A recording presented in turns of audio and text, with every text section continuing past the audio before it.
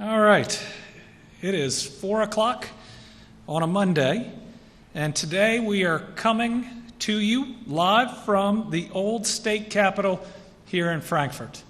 If you could look around this building, it's beautiful, and there is so much history that we are a part of here today.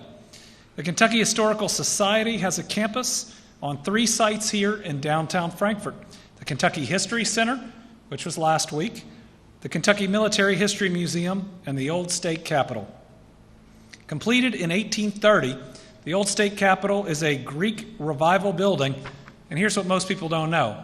It is the 3rd state capitol to stand on these very grounds because the first 2 burned on this very site. But this building is full of unique political history for us in the Commonwealth and across the nation. Much like our current state capitol, it was a site of debates and of important decisions. Many of the issues once considered here are relevant even today, including racial inequality, voting rights, immigration, political violence, epidemics like cholera and yellow fever, which were debated in these very chambers, and many more. While the old state capitol and its grounds have an incredible history, it continues to be a vibrant center of learning, especially for our kids who come here to Frankfort. It helps us make connections between our past and our future, and now more than ever, we should feel and understand that. I mean, we're living through a pandemic right now, the likes of which we haven't seen since around 1918 with the Spanish flu. It tells us that we learn from the past to do better in the future. Although this building was closed because of COVID-19 to in-person visitation, we know it will be opening soon, so watch history.ky.gov for further details.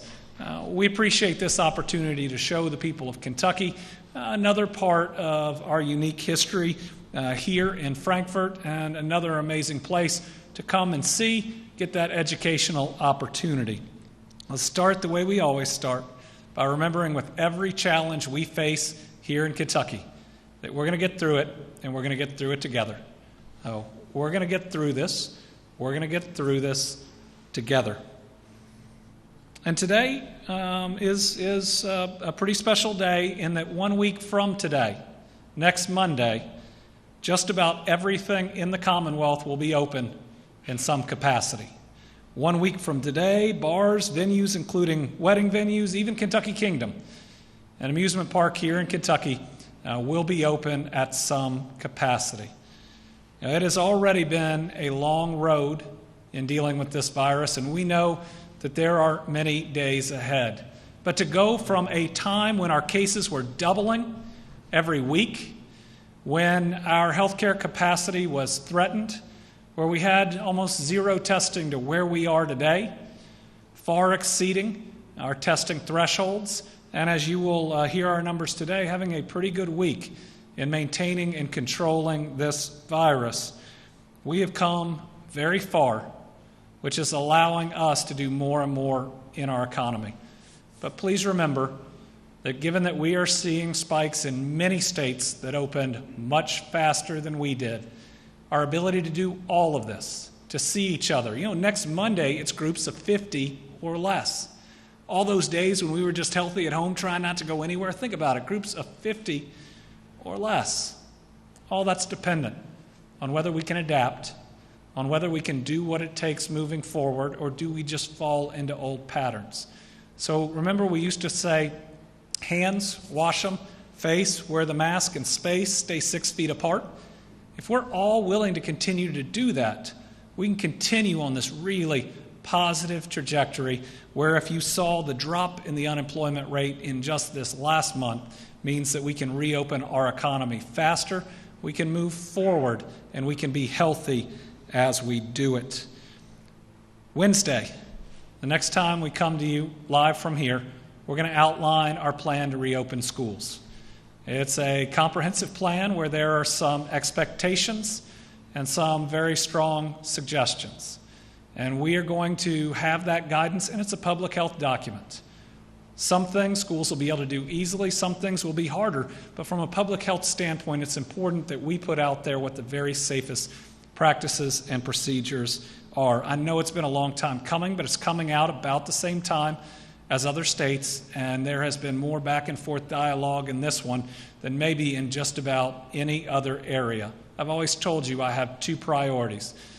Number one, reopening our economy safely, and number two, getting our kids back in school, in person, in the classroom, but also safely.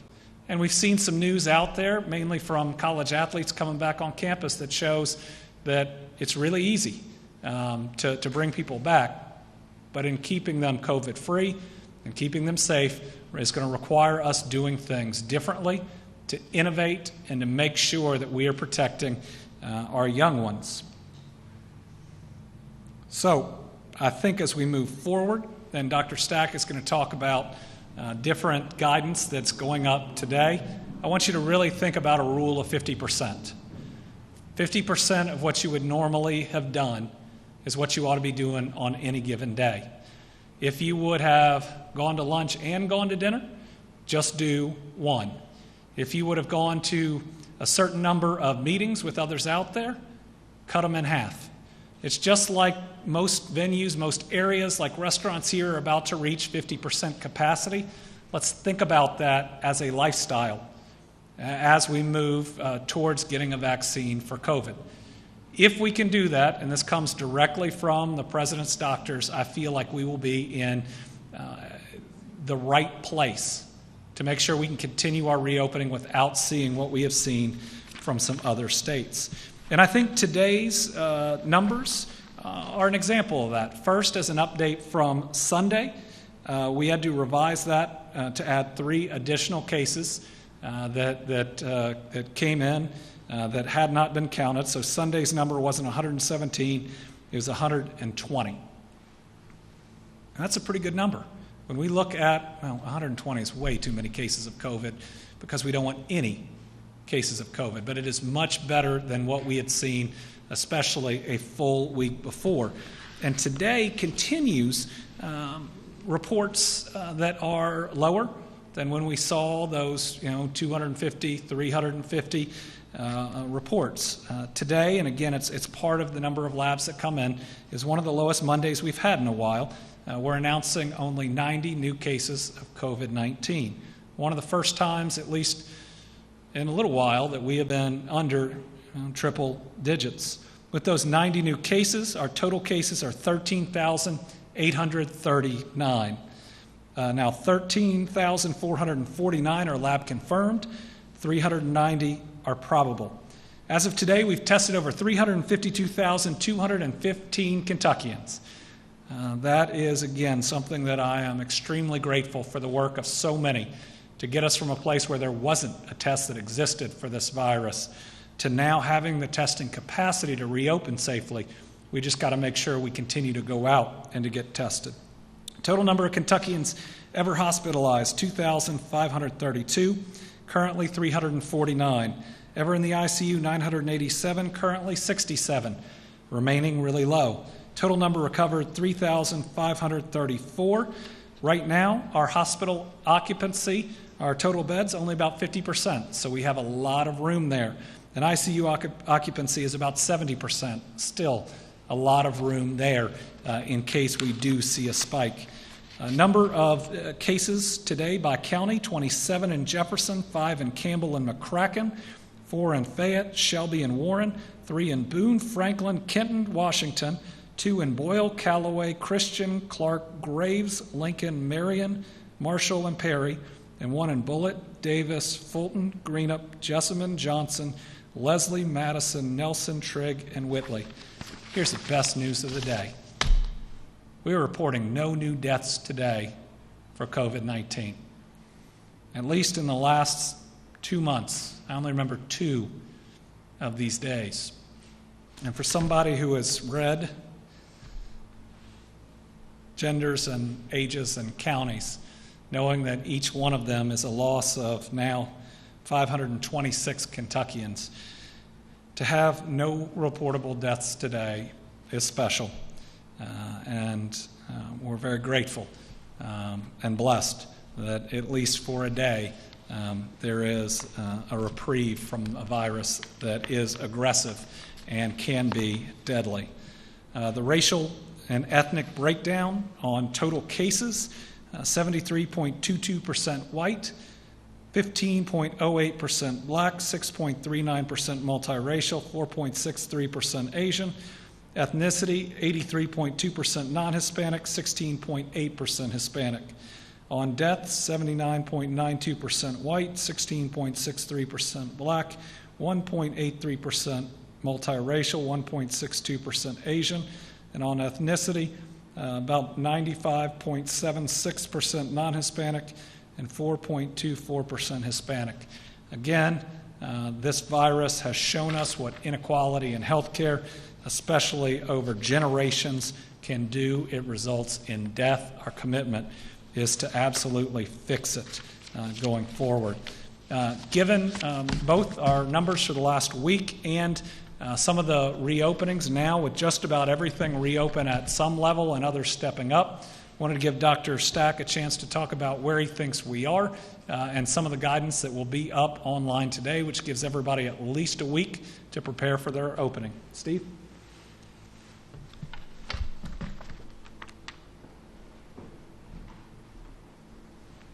Thank you very much, Governor Beshear, and good afternoon, everyone. So, three things to talk about. The first is the guidance that will be posted today. It may be on the website while we were talking here. We will have guidance for gatherings up to 50 people. We will also have gatherings for professionally organized venues and event spaces. So you can think when I talk about that for hotels and arenas and other events that are generally professionally done. And then also restaurants and bars. So there's guidance on the website already for restaurants where they could operate up to 33%. All of these guidances will go into effect for Monday, June 29th. When they go into effect for restaurants and bars, that new restaurant and bar document will supersede the previous one. So restaurants and bars could operate up to 50% as long as, and there's requirements in the document, they can maintain social distancing greater than 6 feet and they can comply with the other requirements. That's good news. People will have the opportunity to expand. Please do it responsibly. This is our phase 3. June 29 marks the beginning of phase 3 as described in President Trump's Opening Up America Again plan.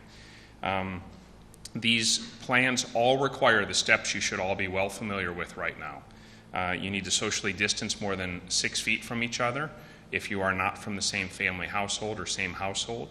The governor also added a really good rule of thumb to remember. If you're operating a business or an establishment, operate at 50% of what your pre-corona capacity was. That will help you to reduce the density and get much closer to that 6 feet distance mark. Mask or cloth face coverings are absolutely essential. I get to do phone calls on a regular basis with my fellow state health officials from around the United States. And I think almost to a T, every one of us is universally frustrated, challenged, at times despondent at how many individuals, for whatever reason, are choosing not to comply with the face covering guidance. This is a big deal.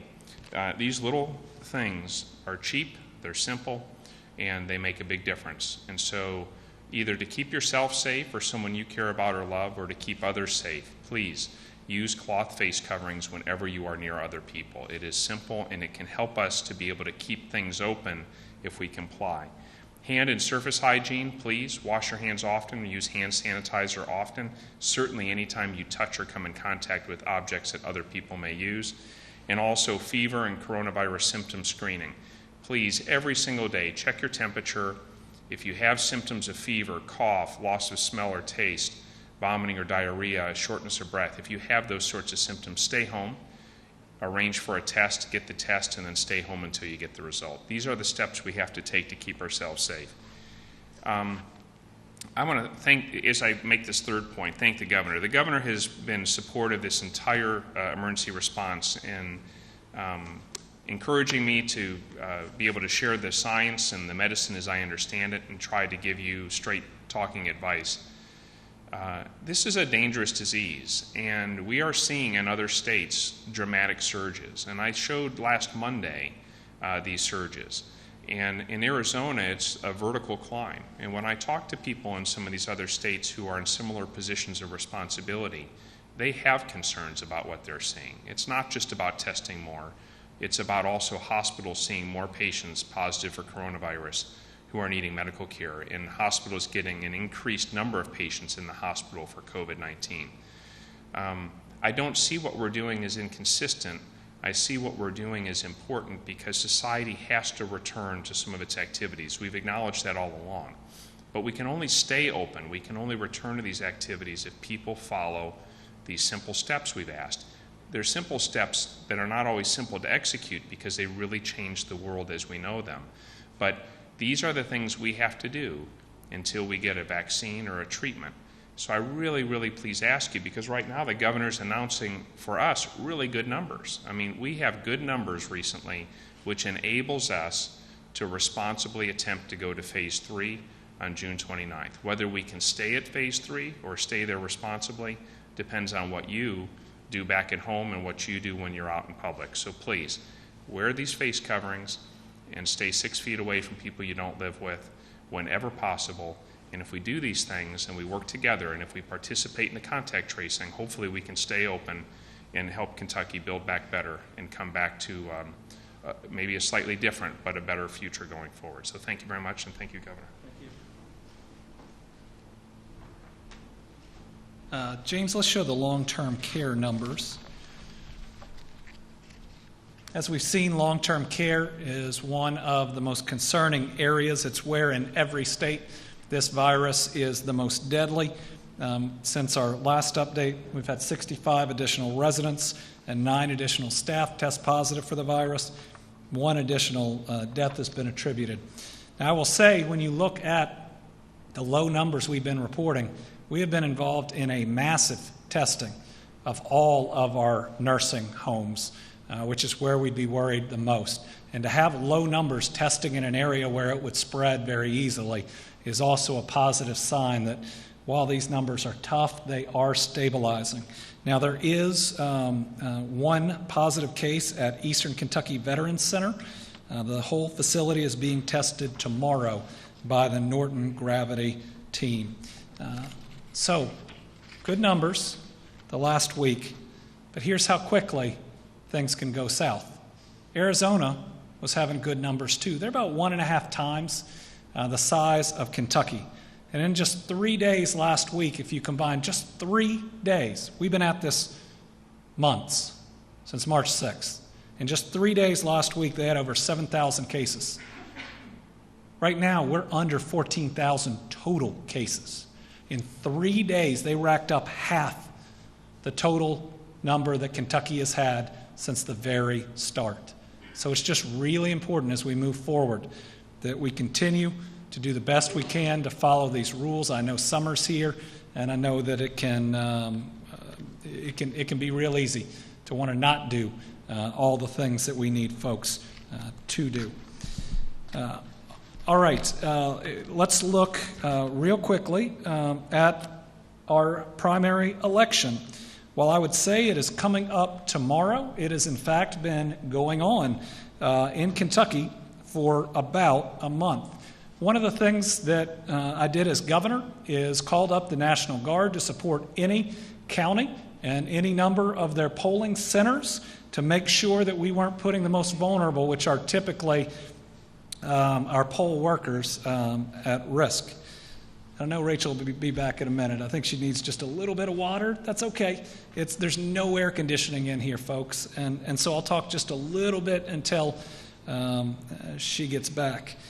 These are the counties that we are currently helping in. We want to thank our National Guard. Remember, they're our friends, our family members, our neighbors until they are called up to service at different times. Their training makes them uniquely qualified to do this and to do it in a safe way.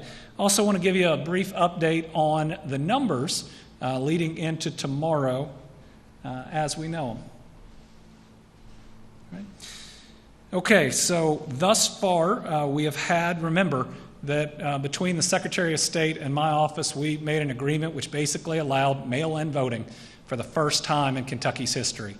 It's something that is believed to be one of the major steps towards significantly increasing voting. Here, it's no excuse absentee voting. Sure, there are some extra steps that could be taken, but because of that step, 883,054 ballots were requested. To give you an idea just how that compares, and this is just people that are going to do it through the mail, 200,000 more than voted in my primary or Governor Bevin's combined last year. More than in 2016, where we had our last presidential election. Now, this is comparing just the absentee ballots to the total number of people that voted in those last elections. And as we look back all the way to 2016, if all the absentee ballots are returned, we will have the largest number of people voting in one of our primaries in at least the last decade. But that's not the only thing. So what's been allowed in Kentucky for the very first time is mail-in voting. The second thing that's been allowed is no excuse early voting. We've been a state where you have to fill out an affidavit if you want to vote early. That has not been the case in this election, and we've already had over 88,530 Kentuckians vote. And then from that mail-in absentee, this is just up to yesterday, we've already had 452,305 returned. Remember, as long as they are postmarked by tomorrow, they must be counted. So I believe that we are on our way in this state to have potentially a record number of votes in our primary, and that's important.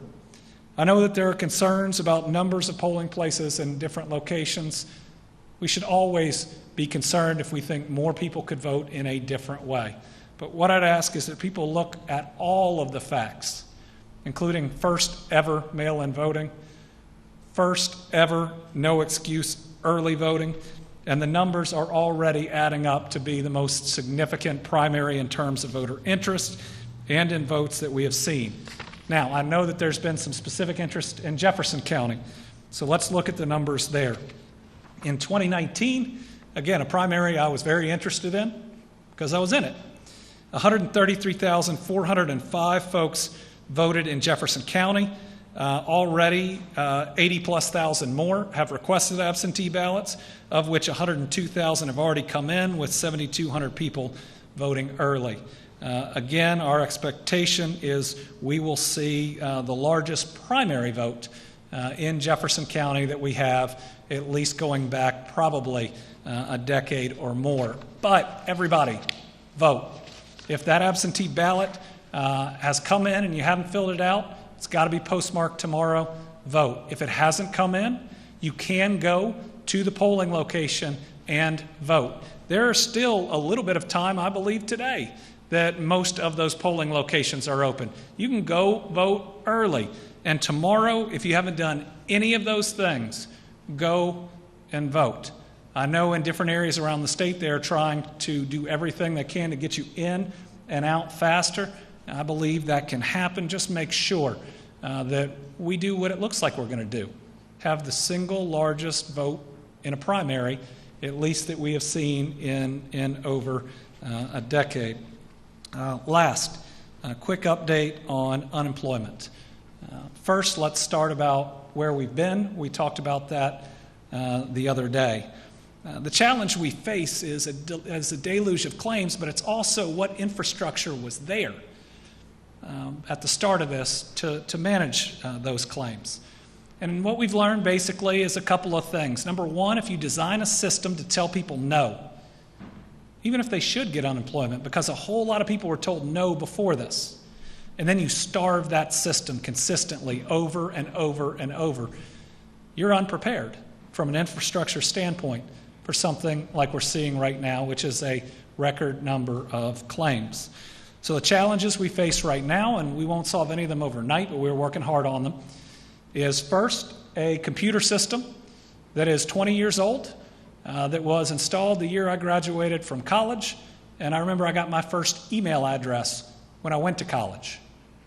So within 4 years of that time frame, it shows you how old and how difficult that system is. Then we dealt with a system of changes, especially in 2017, that have been incredibly difficult. Number one, a loss of 30 offices out in the state that would have helped with unemployment. The loss of 95 employees that worked on unemployment, but even worse than that, at that point, in-person unemployment appointments were generally canceled, and instead a call center of 12 people were put together to answer all of the questions out there.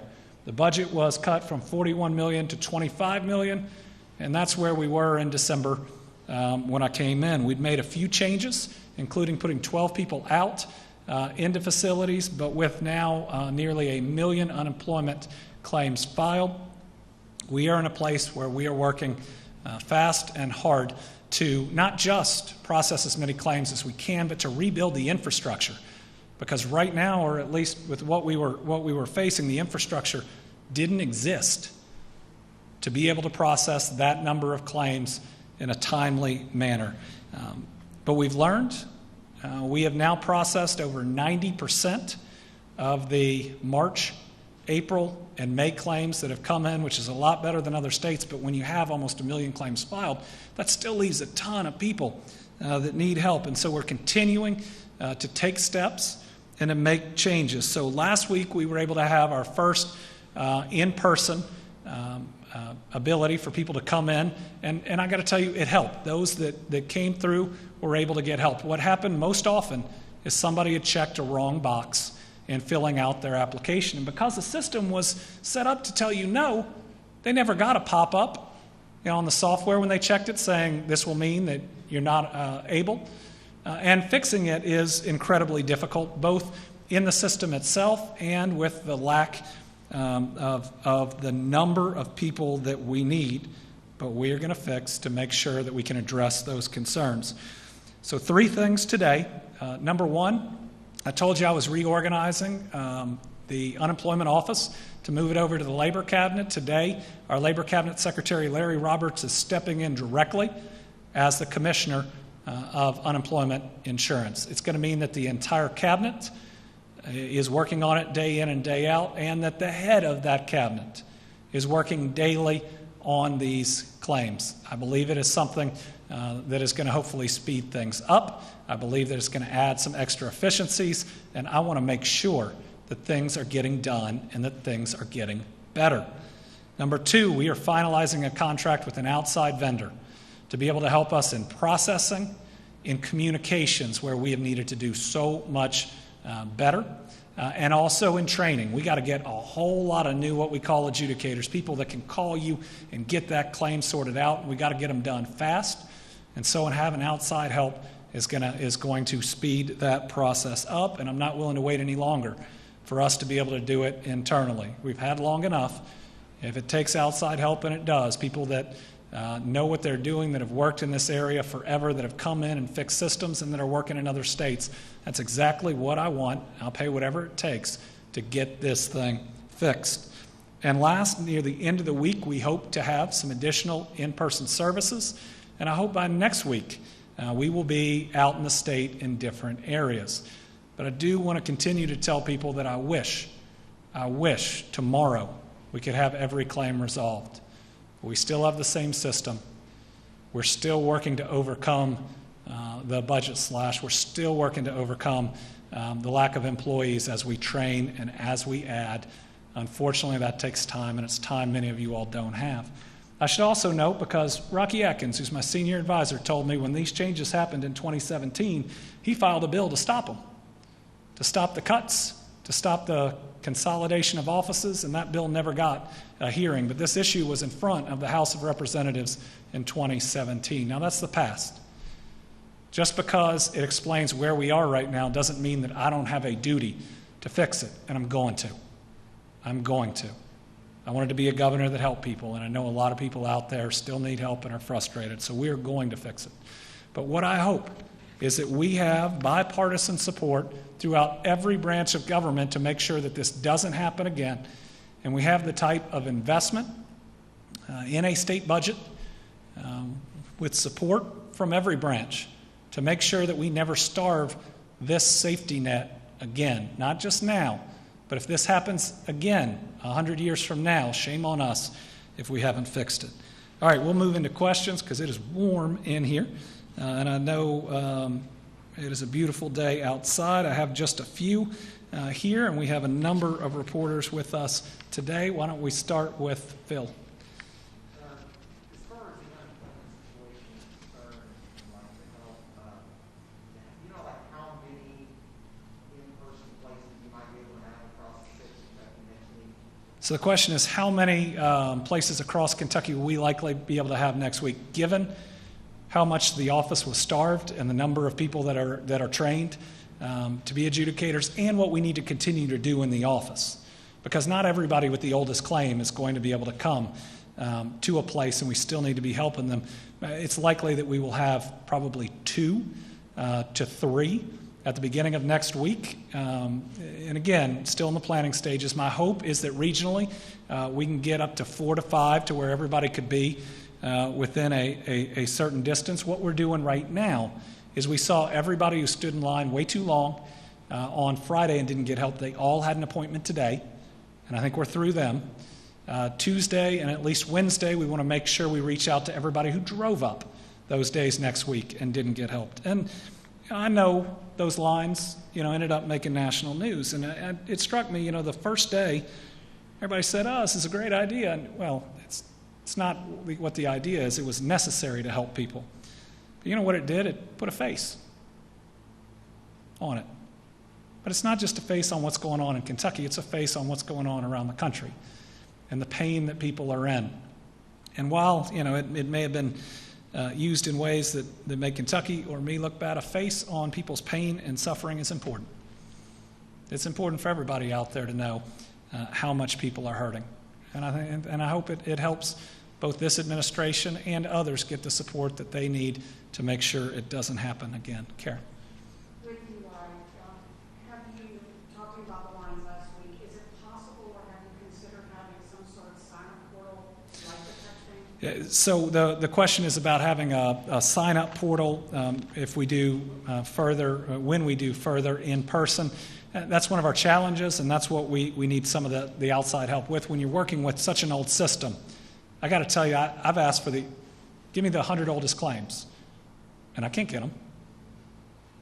I can't tell you with this system how many things I've asked for being the governor of the Commonwealth of Kentucky that has been incredibly difficult to get. And so one of the things that I hope the outside help will get us is ensuring that we can create a priority system that's not just people standing in line. And yes, we ought to do it by appointment so nobody is frustrated out there, but I also understand that if you really need it, you're willing to show up and to stand in line, then we need to honor that too. But yes, we need better ways to do it, and all of those don't have to be in person as opposed to face-to-face. With all the ability from FaceTime to Zoom, what's most important to me is people know when they're going to get a call or see somebody in person, and they're ready, they have all the documents they need, and we fix it right then and there. All right, Churchill Downs submitted its plan for the Kentucky Derby. What's the status of the plan? I think we're close. We've gone back and forth once. I envision a Derby that is different than the Belmont, which we saw, but I want to wait until that plan is final. I believe that Churchill Downs made a very good decision in moving the race. It certainly wouldn't have been safe when it was. I think that they are offering a lot of concessions and looking at safety precautions, so I hope to have some information on that even this week. I'm reaching out to confirm that part of the new election rules under Governor Beshear's executive order allowed for Kentucky counties, regardless of population, to open a minimum of 1 polling site. My orders didn't specify a number of polling sites at all. It allowed the Board of Elections to issue regulations on how that would work. Lawrence. A two-part question.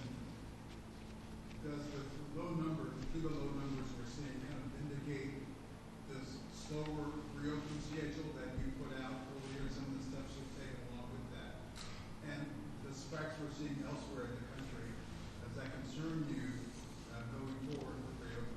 Yeah, the two-part question, that's how you put 2 questions into one, is first, do I believe the low numbers vindicate how we've done our reopening? And I think the question was slow reopening. I believe we're right in the middle in where the country is. You see a whole lot of states right now that are just allowing takeout services from restaurants. We've allowed those the whole time. You just now see some states offering curbside retail pickup, and we've allowed that the whole time. I believe that we haven't been the very fastest. Those are your Texases, your Floridas, your South Carolinas. We certainly haven't been the slowest. My goal is to be the smartest, and right now the numbers appear to support that opening plan. But I want to be humble about this virus. It can pop up real fast. It can potentially be unpredictable. So while right now I believe it supports what we've done, I don't want to sit on laurels. I'm not going to declare victory until there's a vaccine. But I believe two things have us where we are today. Number one is pacing it correctly, allowing people to ease into it just like when we eased into restrictions. And the second is people following the rules, at least to a degree. I have some concern as the summer wears on that fewer people are going to follow them. I'm not seeing nearly the amount of masks we need to. You have countries out there that are doing an amazing job simply because they're willing to wear masks. And so I am concerned going forward that if we don't follow these rules to the best of our ability, then we'll certainly see an increase. Will we see a spike like others have had? I don't think necessarily. And right now we're seeing some cases that appear to be coming back from other states. We're seeing at least a couple cases, a couple clusters from people who went to a beach in another state and came back, and multiple people have tested positive. Catherine. You talked about mail-in ballots. Do you have any concerns though with that we may see a situation in Georgia or Wisconsin and Georgia waiting in line all day in bigger counties? So the question is, I talked about the mail-in ballots. Do I have concerns that we will see long lines tomorrow at the polling locations? If everybody that has a mail-in ballot sends it back in, right, fills it out, postmarks it by tomorrow, and believes that it'll be counted because it will, I don't think we will see lines like we saw in Georgia. If people do not, if they have one but they've decided they're going to vote in person, then we will see longer lines. So I'm pleading with people that if you have one, it's the easiest it'll ever be to vote, mail it in, you'll have done your duty, it'll count. It'll count. Results aren't going to come out, to my knowledge, on the day anybody votes in person any faster than they're going to come out of the absentee. I believe that the county we would worry about it the most is Jefferson County. They've allowed early voting for almost a week.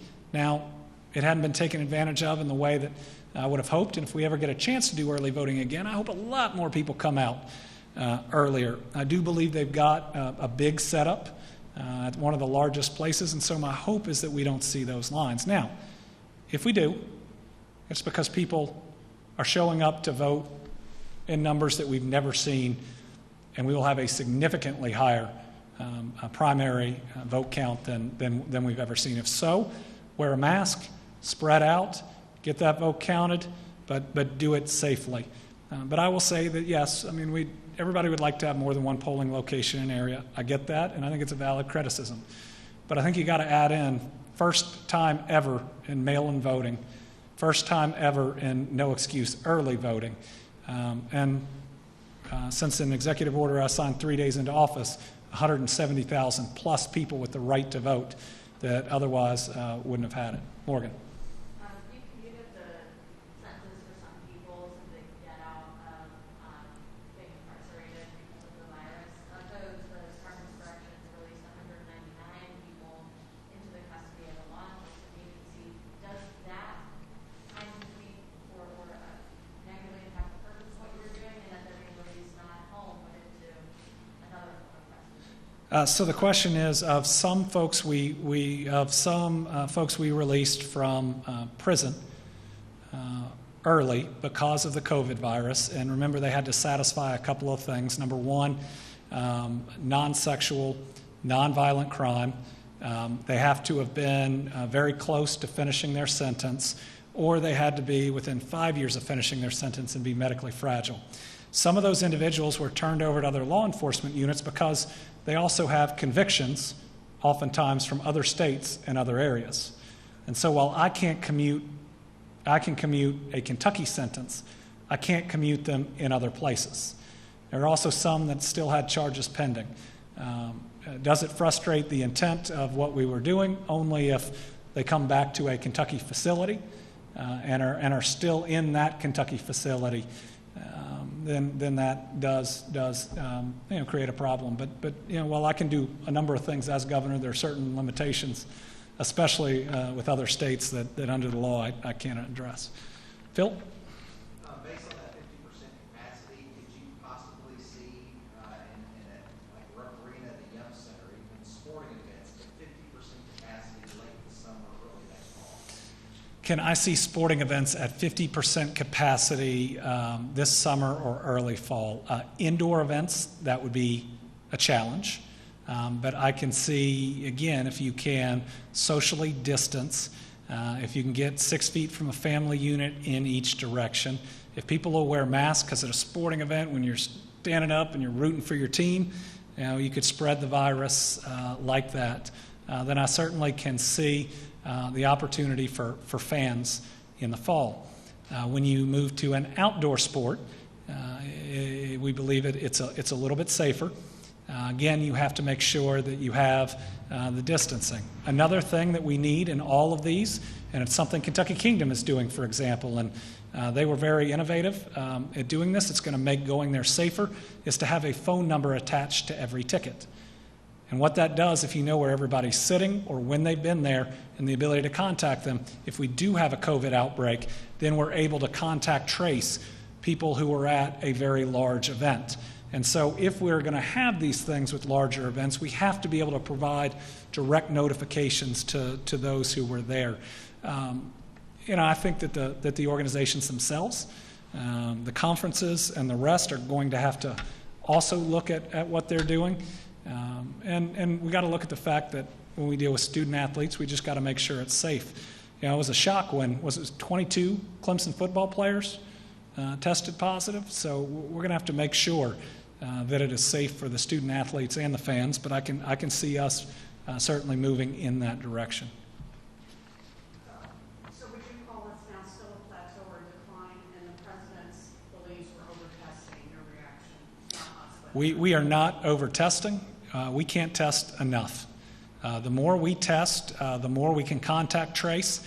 If we could test everybody in the Commonwealth of Kentucky today, we could prevent the spread of this virus, at least with regards to people in Kentucky, significantly. There may be some that wouldn't register on the test just yet, but the more you test, the more you can do to mitigate the virus.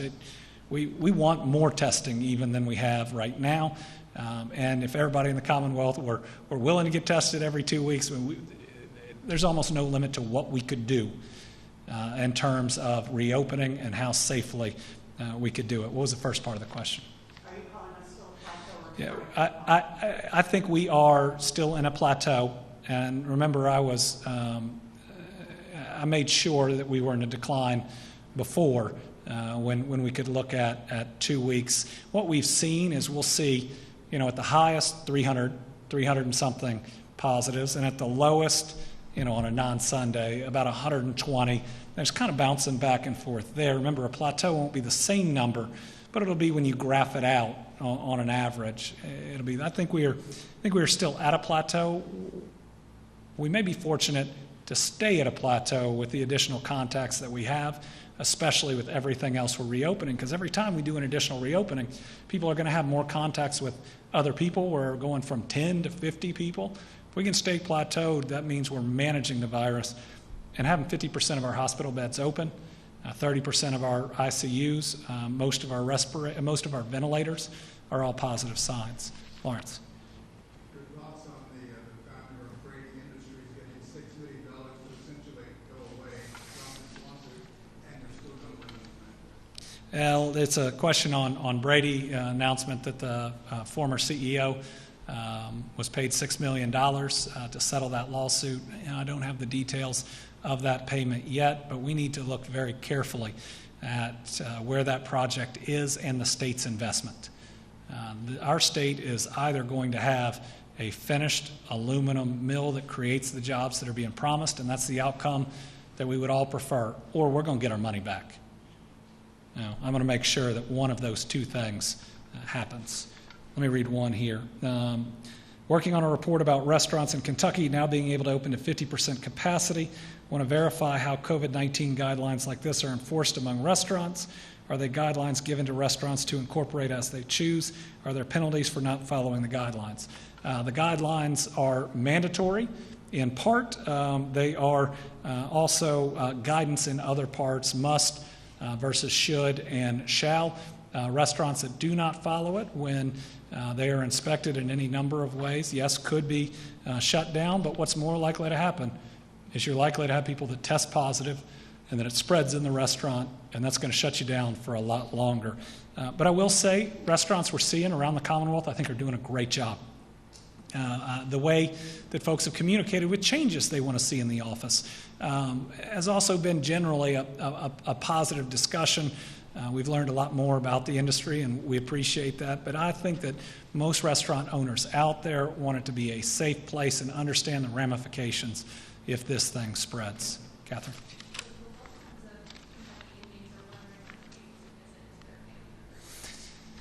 Question is about visitation of inmates. As we move forward, that's a question we're going to be able to look at. Now, it would only be as we look at an opportunity to do it in stabilized facilities, certainly not in any area where there's been an outbreak. And as we look at the ability to do it, we would have certain requirements of health checks and many other things. We need to get back to a point where we can do it, but knowing that we have had 2 outbreaks and how severe they can be, we need to be really careful about it. Certainly, the federal prison in Fayette County, and I don't mean to laugh because it's a very serious situation that happened there, shows you, I think, how well comparatively we've managed state facilities.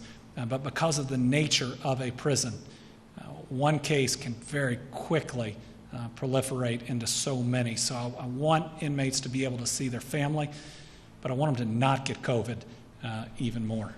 Morgan. Over the weekend, there's been a lot of chatter on social media, including some kind of national celebrities talking about voters, how they think that there's voter suppression happening here in the state because of the reduction in polling places. Do you have a response to that?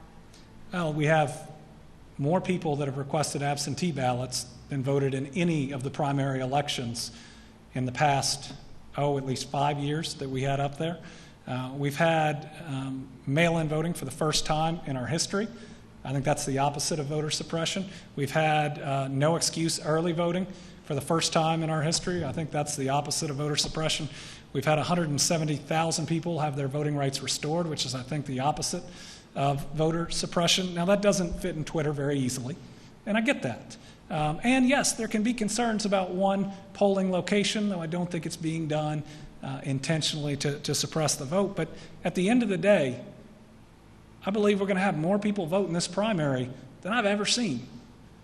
I think we're going to have our largest turnout. Now, should we learn some lessons in both what we've heard and what we'll see tomorrow for November's election? Absolutely. Now, let me say this. I do want there to be the no excuse absentee voting option in November. That's a positive thing. I want there to be early voting for November. That's a positive thing.